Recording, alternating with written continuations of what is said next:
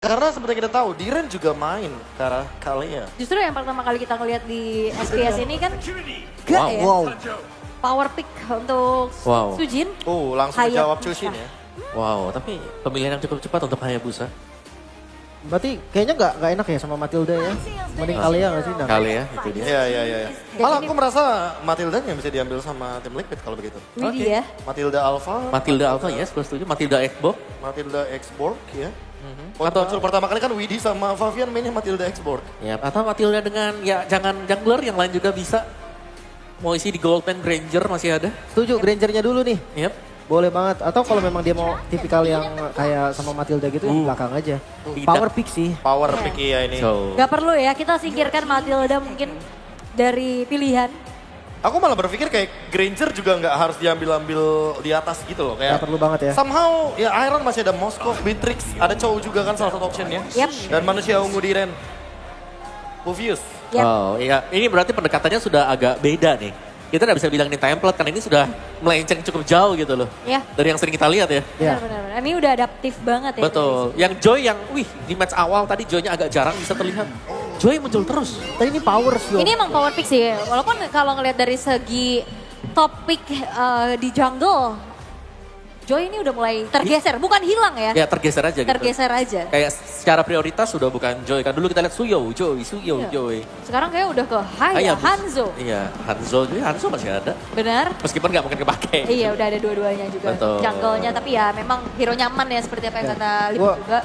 Gue ngeliat dari farming speednya aja udah kelihatan. Ini dia master banget lah di Dan Joy-nya. juga ini ya kalkulasi damage-nya ya. Kalau kasih damage, timing masuk Yap. sih. Gue suka banget. Gak kena Ruby dia tadi. Tapi masalahnya gini, Archie Hoshi mereka kebawain Kalea. Ini sebagai roamer. Oh, Yang iya. kita tahu biasanya mereka kebawain ini buat EX Willing.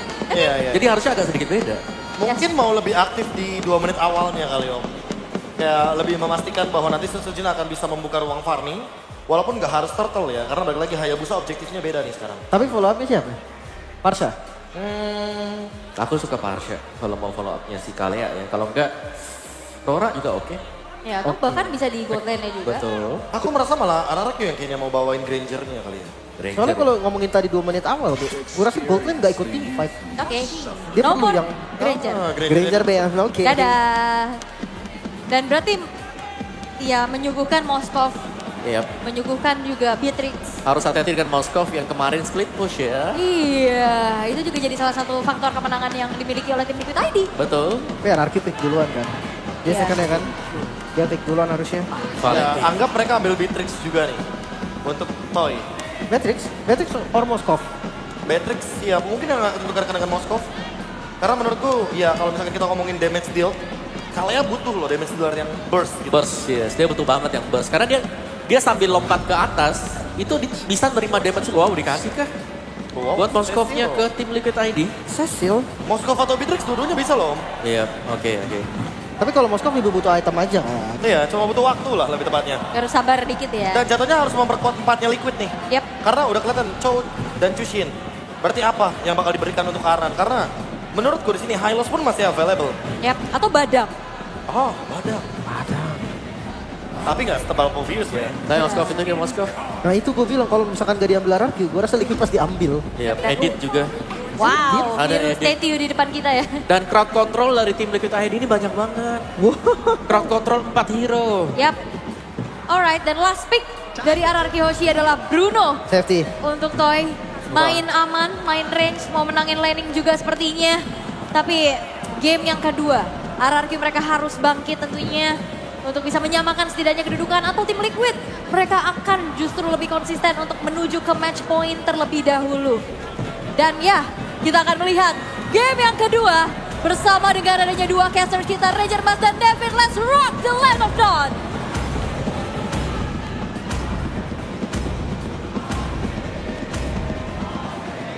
Alright, thank you so much untuk para panelis kita.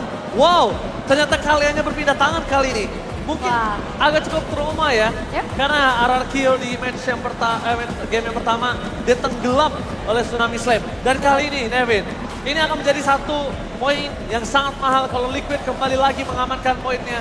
Karena akan ada match point untuk tim Liquid. Ya, masalahnya mereka membawa banyak sekali efek sisi atau crowd control, jadi akan sangat mengerikan kalau misalnya tidak bisa dijawab oleh RRQ Hoshi. Mampukah RRQ membawa game ini untuk mereka atau Liquid mendapatkan match point-nya? Teddy Sidor Senayan, mana tepuk tangannya?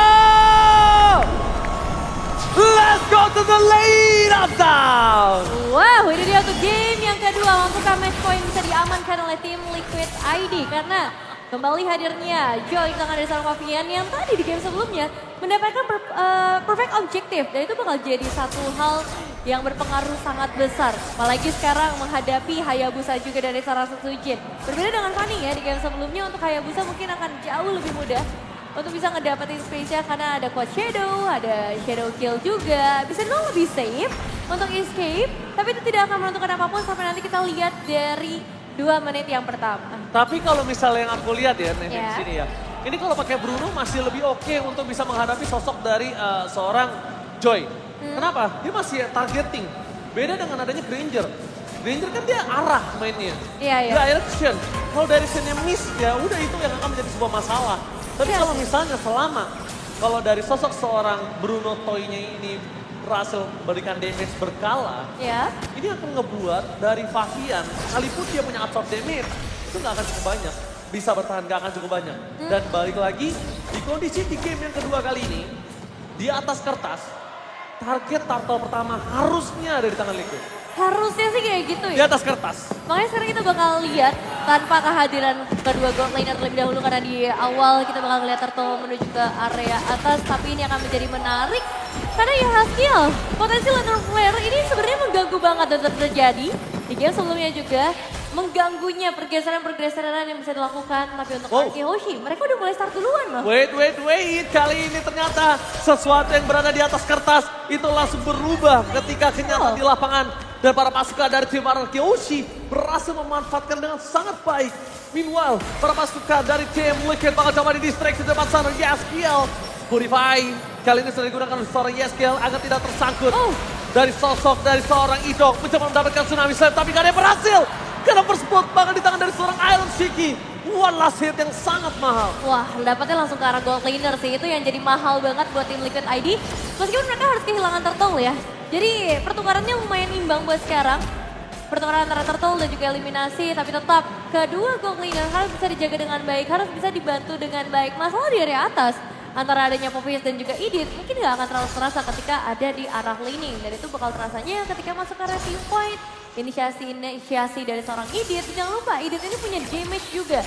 Jadi bisa dibilang tim Liquid ID ngebawa damage yang begitu masif dari hampir semua sisi. Ya, kalau ngomongin ke arah posisi kali ini ya, yang aku suka adalah di mana Yeskiel sih. Yeskiel dia positioningnya aman satu. Dan kedua, dia punya 2 escape mechanism gitu loh. Dia punya sosok dari Purify supaya nggak terkena Tsunami Slam. Dia punya Crimson Beacon. Iya. Dan bahkan trigger ke arah dia bisa menjadi rugi kalau nggak ada informasi atas Purify-nya. Betul sih. Dan ya tadi Crimson Beacon-nya pun bisa dimainkan dengan secara agresif juga. Itu yang jadi satu masalah buat RRQ Hoshi nanti mampukah mereka bertahan. Aku suka sekali invasi jungle seperti ini karena di depan sana Susu akan mendapatkan satu purple buff. No way! No way, Favian berhasil tetap mengamankan purple buff-nya dengan sangat tenang. Invasi dari RRQ Hoshi gagal. Cukup aman. Dan sepertinya tidak banyak juga sih untungnya spell yang dikeluarkan ya oleh RRQ Hoshi. Jadi mereka masih bisa kontes ke area turtle. Paling tidak ada flicker aja di 2 pemain. Tapi selebihnya mereka masih punya ultimate yang cukup untuk melakukan kontes kali ini. Dan pertanyaannya adalah tim Liquid ID. Apakah mereka melepas lagi seperti turtle yang pertama Gak atau boleh. sekarang? Gak Apa boleh. ini? Kalau mereka lepas, ini yang dirugikan Iron Shiki masalahnya. Kasian, di laningnya akan cukup berat tapi Idok di sana target berkesan Favian dan Tsunami Slam. Berhasil menangkapkan Spear of Distraction tapi lihat Sosojin. Retribution yang sangat tenang tapi di depan sana Idok harus tertake down oleh seorang Iron Shiki. Susunya menuju ke belakang, flicker for defensif. Gak ada bisa diselamatkan oleh para pasukan dari tim RRQ Hoshi. Tyron akankah menjadi penyelamat kali ini. Lihat mencoba menuju ke seorang Iron Shiki. Mendapatkan seorang Iron Shiki menjadi hal yang sangat mahal kalau memang mampu. Tapi dengan under 5 menit, tandanya full plating gold dan bahkan turret dipecahkan oleh seorang Toy. Mengamankan waktu semaksimal mungkin. Ini jadi dilema ya, mereka memang bisa ngedapetin satu buah poin eliminasi untuk seorang Iron Shiki. Tapi mereka harus kehilangan outer turret ya, dimana ada platingan gold yang ngebuat poinnya jadi lebih powerful lagi untuk beberapa saat ke depan. Atau bahkan ini bisa berkelanjutan sampai ke arah mid game. Wait, Kalau tadi Idok memberikan informasi yang mahal, Yep. ini akan ada invasi gila-gilaan. Dan yes, itu dia. Informasi dari Idok berarti nampaknya tersalurkan dengan baik. Karena satu buah Little Wanderer tadi berhasil di retribution oleh para pasukan dari tim Liquid. Tandanya Dairon bakal coba dengan Way of Dragon. Mencoba menyelamatkan dirinya. Tim fight cukup besar, masih bisa selamat. Tapi nampaknya para pasukan dari tim Liquid mereka harus kehilangan karena para pembom. Dan Shadow Kill! Hampir saja mendapatkan 2 point kill. Spear of Distraction yang menyangkut karena seorang Raid. Gak ada yang bisa menyelamatkan dirinya. Karena Fabian berhasil bernyanyi. Tempo pianonya dengan double kill. Berhasil memanfaatkan luar biasa. Dan membuat tim RRQ kehilangan 4 pemainnya. The one last man standing ada di arah Toy. Kehilangan 4 pemain dan tim Liquid ID. Ini keuntungan yang masif banget untuk mereka. Spin of Distraction connect dan ada satu delaying yang akhirnya terjadi juga. Udah Fabian, dia tinggal nyapu aja dengan nyanyiannya dia, dengan rhythm of joy-nya dia juga. Dan sekarang keunggulan gold yang tadi sempat dipegang oleh RRQ Hoshi akan segera bergeser. Untungnya Toy, dia masih dalam kondisi yang cukup aman. Dia udah pegang satu Maleficus juga. Yang ngebuat nanti range-nya akan jadi lebih jauh. Ada tes speed tambahan atau movement speed juga untuk seorang Toy sendiri. Dan let's see, dengan turtle yang ketiga hadir, apakah ini akan menjadi satu dominasi untuk salah satu tim atau ini bakal jadi kontes yang benar-benar besar yang bisa diamankan oleh kedua belah jungler. Oke, tadi aku sempat berbicara kalau di turtle kedua didapatkan tim RRQ akan mendapatkan kerugian untuk Iron Shiki. Tapi ternyata dengan 2 poin kill yang sangat mahal, di sana mereka berhasil mengalihkan kepala dan retribution. Fear of Distraction menyangkut Iron Shiki karena Purify dan hilang begitu saja. Shadow Kill dan maka Tsunami Slam membuat para pasukan dari tim Liquid harus kehilangan 2 pemainnya. Dari Dairon menuju seorang Winnie. Double kill di tangan dari sosok seorang Winnie dengan sangat mahal. Meanwhile Idok gak bisa inisiat lebih banyak. Karena dengan darah sekaratnya dia, Flicker mau digunakan untuk defensif. Dibandingkan harus kehilangan Idok juga. Ya, tapi itu satu move yang bagus sih dari Widdy ya. Kalau misalnya tadi kita lihat satu finishing akhirnya terjadi ke arah Dairon, itu malah jadi keuntungan tambahan. Mungkin bisa lihat dari replaynya ketika Spear of Distraction-nya masuk pada saat ternyata udah diambil juga. Dan Lantern Flare yang coba untuk mengganggu dari skill, ini lumayan susah buat nangkep siapapun karena follow up damage yang udah gak ada Iron Shiki, gak ada Fabian. Gak ada Toy. Iya, dari lawannya gak ada Toy juga. Gak ada Toy, jadi bebas banget ngedeliver Iya. damage. Cuma yang bisa kita lihat di sini, sustainability team fight-nya itu masih dipegang dari tim Liquid tadi. Iya. Risk gak bakal bisa banyak untuk ngelakuin tampar-tamparan dengan bad impact-nya. Gak bakal bisa. Benar-benar, jadi memang masih cukup dilematis ya untuk kedua belah tim saat ini. Dan melihat ke arah itemization, ini tinggal Demon Hunter Sword aja untuk Iron Shiki. Dan Sutsujinu yang udah mengamankan ke arah Melvin Roar akan ngebuat penetrasi lebih maksimal. Dan mungkin sejak item ini diambil, Sutsujinu bisa main dengan lebih agresif lagi. Dia bisa mainin shadow kill-nya dengan lebih bebas. Asalkan ada space yang bisa diciptakan. Makanya objektif turret menurutku ini harus mulai diambil juga sih sama Arkeoshi. Terutama di area top lane yang harusnya bisa mereka dapatkan. Pertukarannya tapi sama inner. Tapi kalau ngomongin ke arah Moskov ya, salah satu pemain yang cukup memanfaatkan Spear of Distraction yaitu dari sosok seorang Iron Shiki. Dia benar-benar tahu banget manfaatin ke arah Spear of Distraction. Dia tahu banget untuk dapetin momentum. Tapi di sana langsung ada Idok, bakal coba dipaksa dengan Tsunami Slam. Mudah ke arah belakang, Winnie menjadi target utama dan Paganaran yang ter-take down. Shutdown terjadi dan Spear of Distraction. Itu dia. Sosok dari seorang Iron Shiki yang selalu berhasil menancapkan tombaknya. Rasakan tombakku. Iya, itu yang baru dibahas sama Ranger Mas. Dan sekarang langsung memberikan keuntungan. Memang mungkin mereka akan kehilangan satu Lord. Tapi ada lihat, ada satu buah inner turret. Yang bisa disecure juga oleh tim Liquid ID dan Archie Hoshi. Semoga Lord ini bisa mereka maksimalkan dengan baik. Karena itu bakal jadi sangat penting untuk mereka mendorong lebih dalam lagi. Lihat replay sedikit, 2 pemain udah tumbang. Satu Spear of Destruction-nya langsung connect. Dan itu udah jadi satu hal yang sangat menguntungkan gitu buat mereka. Kalian bahkan bisa lihat ekspresi kita kan? Oh, itu untung gelap ya. Iya, untuk gelap. Aku ketahuan banget tuh pas gitu kan. Oke, tapi kali ini kita melihat di mana Lord berhasil didapatkan Arkeoshi. Dengan gold yang tidak terlalu jauh, membuat para pasukan dari tim Arkeoshi harusnya masih harus pelan-pelan untuk masukin penetrasi ke dalam turretnya. Kedua, Liquid ID ini punya Fabian. The power of joy-nya itu benar-benar mengerikan. Lihat, dia staking. Dia akan siapin untuk bermain dengan tempo dan pakai shadow kill belum dikeluarkan Susujin.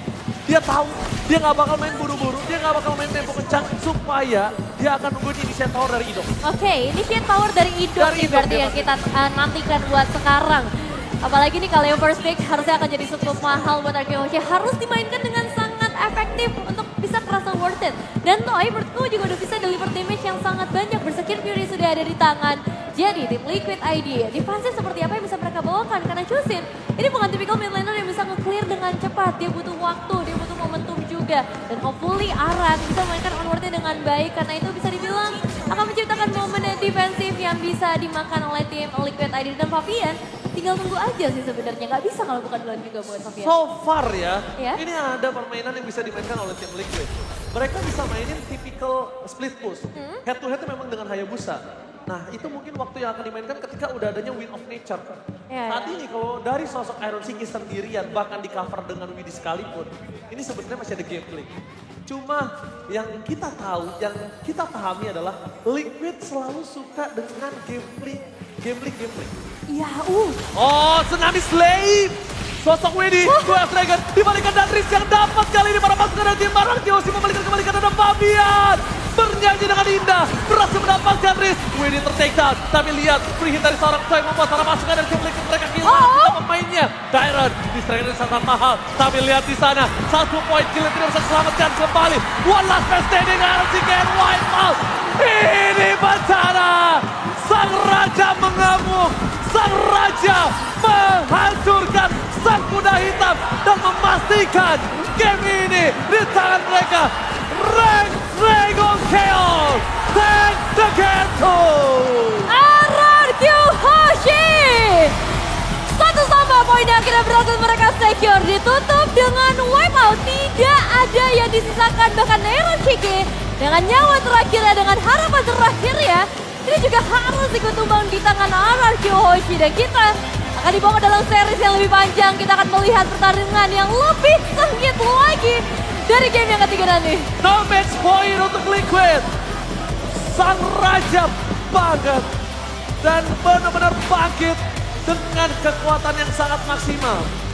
So, langsung aja kalau gitu kita kembalikan kepada para panelis yang bertugas. Take it away. Satu sama, sang raja menolak tunduk 11 menit. Kalea lagi-lagi menjadi salah satu kunci kemenangan harusnya. Oke, pick Orbenka buat game yang ketiga ya. Meskipun ya kita bisa bilang kalian dari Idok sendiri mungkin momentum yang didapatkan dari dia waktu ada di mid to the late game. Ya. Bukan di awal-awal ya, karena begitu banyak death juga. Dan jelasnya mereka butuh sambungan di belakang damage yang bisa mengikuti dari Tsunami Slam. Dan mereka punya Bruno yang akhirnya menjadikan Berserker item ketiga yang baru selesai. Kalau aku malah mikir ini dampak dari red side ya, atau second pick. Jadi kayak sangat memungkinkan untuk TLID kayaknya udah ngebaca juga. Mereka menang game pertama karena second pick. RRQ menang juga nih untuk game kedua karena second pick. Jadi tentu di game ketiga second pick akan menjadi hal yang mahal tentunya. Iya, dan gue mungkin pengen banget ngeliat prioritas ke arah Aran sih. Jadi jangan ditaruh di bawah gitu kan, kayak hero yang make up play gue suka sih ngeliat dari editnya juga tadi. Tapi ketika dia di bawah, gue ngerasa dia dapat yang sisanya gitu loh. Iya. Gak dapat yang prioritas. Oke. Dan Rins ya, yang terlihat bagaimana Cecilian yang berusaha ditarget terus-terusan. Sebenarnya Widi emang udah kayak coba untuk melakukan targeting ya. Tapi counter initiate yang bisa dilakukan sama Kalea-nya Idok juga cukup mengerikan. Benar. Dan itu yang ditakutin kan kalau tiba-tiba terangkat dengan Tsunami Slam juga. Iya. Dan ada sebenarnya ada kesempatan buat tim Liquid ID juga tadi ya. Misalnya seperti split push dari Aaron Shiki yang seakan-akan juga masih bisa itu untuk dilakukan dengan mereka. Jadi secara gold craftnya juga bahkan tim Liquid ID mereka cukup unggul tadi. Tapi dengan satu tim fight dekat dengan Lord sih sebenarnya. Wipeout ya. Yap, yang mengubah segala keadaan buat Arkeoshi. Sutsujin udah bersih-bersih tadi soalnya. Iya. Dan momen dimana Iron dia jump in ke tengah-tengah tim fight dan itu sangat berisiko sekali. Jadi mungkin bisa dipertimbangkan kembali ya untuk kedua tim. Ya. Hati-hati nih, karena game ketiga harusnya mereka akan bermain lebih safe sedikit. Benar, dan ini juga salah satu ribbon yang dipegang sama Rins ya, Skill Shot King. Oke. Ya. Yap. Ini dari tadi on point banget dari Sanguine Claw-nya. Bad impact-nya. Iya. Gue suka posisinya sih. Yang kalau dibilang safety banget, nggak juga kok dia lebih berani tadi untuk ngasih damage ke depan. Tapi nggak tumbang ya, 2 kali tumbang menurut gue angka yang lumayan kecil lah untuk Cecilian. Iya. Dibandingkan nanti jadi target terus-terusan gitu kan. Iya. Oke, dan kita bakal mengintip apa yang terjadi di game barusan karena semua terjadi begitu cepat. Benar. Cepat banget malah. Cepat banget. SOD kena tuh. Ini kayak banyak banget momen ya, sampai kita kayak bingung juga momennya di mana aja gitu. Iya. Karena hampir semua tim fight itu ada momennya. Yap. Dan kesempatan akhirnya kita melihat Sutsujin juga dengan Hayabusa dia ya. Yang mungkin proyeksinya beda banget sih dengan kalau Fanny kan harus masuknya nyolongan, nyari kesempatan, ngebukain defense buat temen-temennya misal. Tadi Sucinya tinggal masuk, udah oke kita bersih-bersih. Satu-satu bisa pick off dengan dia. Yep. Wah ini teriakan semangat juga ya. Dan Kingdom yang bersorak-sorai pastinya menyambut pasti. kemenangan juga. Dan ya, satu sama. Kali ini berhasil untuk diamankan pula oleh RRQ Hoshi. Menolak membuat tim Liquid menuju ke match point ya. Tidak semudah itu. Wah karena bahaya ya kalau match point udah langsung 2-0 ya. Ini Iya. Wah itu kalau misalkan match pointnya di 2-1 gitu kayak masih ya udahlah masih bisa dikejar. masih ada harap karena udah ada 1 gitu. Iya. Tapi kalau ngelihat trennya ya di hari ini, apa yang terjadi di match 1 tadi? Aha. Game Reverse satunya, iya reverse sweep. Gak cuma itu sih, trennya sebenarnya 3-1 dari kemarin. Iya. Benar. Iya, Mereka 3-1 3-1 semua kemarin. Lah iya. Ya, siapa Kita yang belum pernah ke 3-2 ya? Belum pernah nih. Belum Belum. ada skenario 3-2 kita. 3-2 gak sih nih? Semoga. Iya dong. Ya, Semoga ada 3-1 bisa rame nih 3-2. full sekalian. 3-2. Ya gue sih berharapnya 3-2 karena biar siapapun yang menang lah hitungannya ya. Heeh. Itu ya nggak menang gampang gitu. Iya benar. gitu. Menangnya juga ya perwakilan terbaik lah gitu loh. Kerja keras ya, Kerja kayak keras. panjang juga. Tapi ya, satu sama nih. Apa yang membuat dari RRQ berbeda dibanding game yang pertama tadi? Mungkin kalau ngomongin game kedua ya, itu Liquid yang menyambut atau membuat mistake mereka sendiri. Jadi Oke. ya RRQ tinggal, oke, Follow up ya. follow up aja. Follow up oh ya. lu bikin mistake nih, ya udah kita punish gitu. Kayak hal simple tapi ya kebanyakan tim pro masih melakukan hal tersebut. Nih. Gue ngerasa sih mungkin ada sebuah pick yang bagus dari Bruno. Karena menurut gue ya, Joy pakai anti regen itu kayak jarang banget. Setuju. Dan siapapun user Joy mungkin tahu dia akan bisa sampai belakang, tapi dia hanya sendiri di belakang. Iya. Ya. Jadi nggak ada efek life ban yang ada untuk motong life steal Bruno yang gede banget. Dan mostly jungler Joy itu pasti build-nya full damage tanpa winter.